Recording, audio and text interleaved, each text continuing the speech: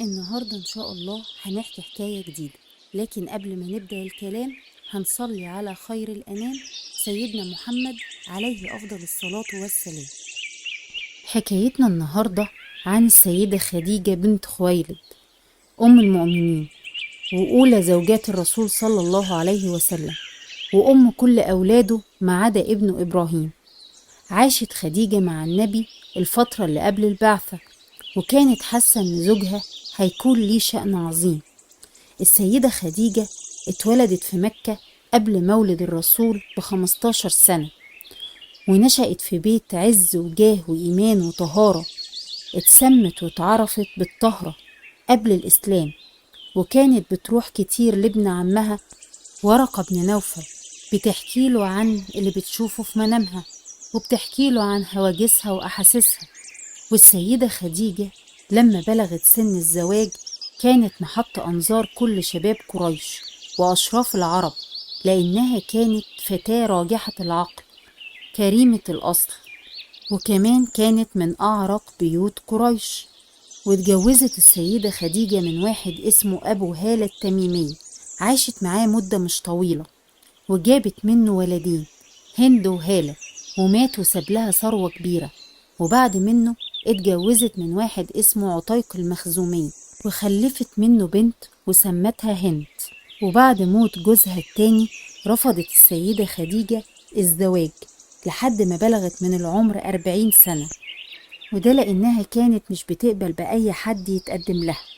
وكانت النساء مش بتخرج على القوافل، فدت فلوسها لرجال من سادة قريش علشان يدروها.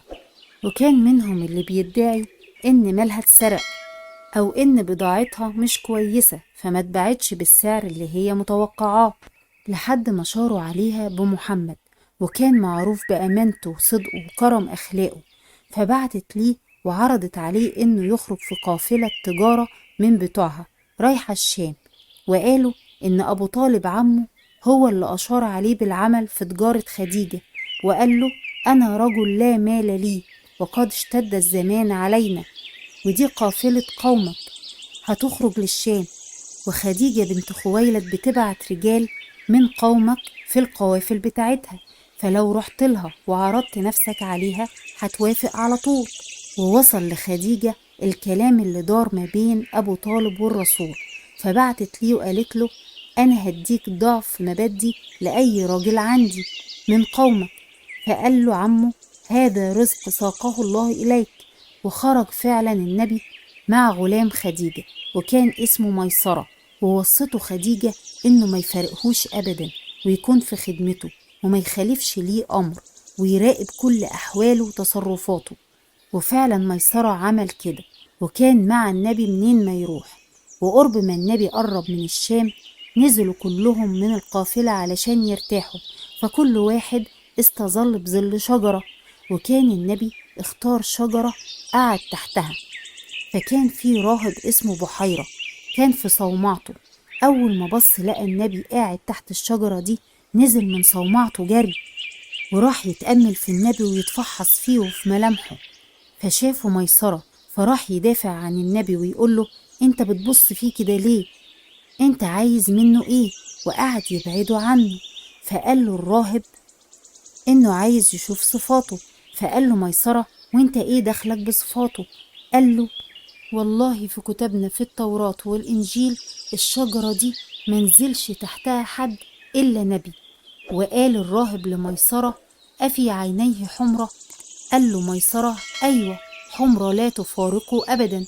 قال الراهب: هو نبي وهو آخر الأنبياء. ووصل النبي للشام وباع سلعته، لكن وقع ما بينه وما بين رجل خلاف على سلعة معينة. فقال له الرجل: احلف باللات والعزى. فقال له النبي: والله ما حلفت بها قط. فقال الرجل لميسرة: هذا والله نبي أحبارنا عارفينه في كتبهم. وكان ميسرة لما بيشتد الحر كان بيلاقي ملاكين بيظلوا الرسول من الشمس، وميسرة شاف كل ده بعينه، وكان بيحب النبي، وباعوا تجارتهم وربحوا فيها ضعف اللي كانوا بيكسبوه. ورجعوا وقال ميسرة للنبي صلى الله عليه وسلم: يا محمد، روح لخديجة وقول لها ربنا عمل ايه ليها على وشك، فهي هتقدر ده ليك. ومشي محمد صلى الله عليه وسلم في طريقه لحد ما دخل مكة وقت الظهيرة، وراح لخديجة وقال لها باللي ربحوه في التجارة، ففرحت قوي بكلامه. ولما دخل عليها ميسرة حكالها على كل اللي شافه، وقال لها على كلام الراهب، وقال لها على الخلاف اللي حصل ما بينه وما بين التاجر والكلام اللي قاله التاجر. وكانت خديجة كسبت ضعف اللي بتكسبه، وادت للنبي ضعف اللي اتفقت عليه معاه. طيب يا ترى ايه اللي حصل بعد كده؟ هنعرف اللي حصل بعد كده في الجزء التاني من حلقة السيدة خديجة بنت خويلد إن شاء الله. وكل سنة وانتم طيبين ورمضان كريم.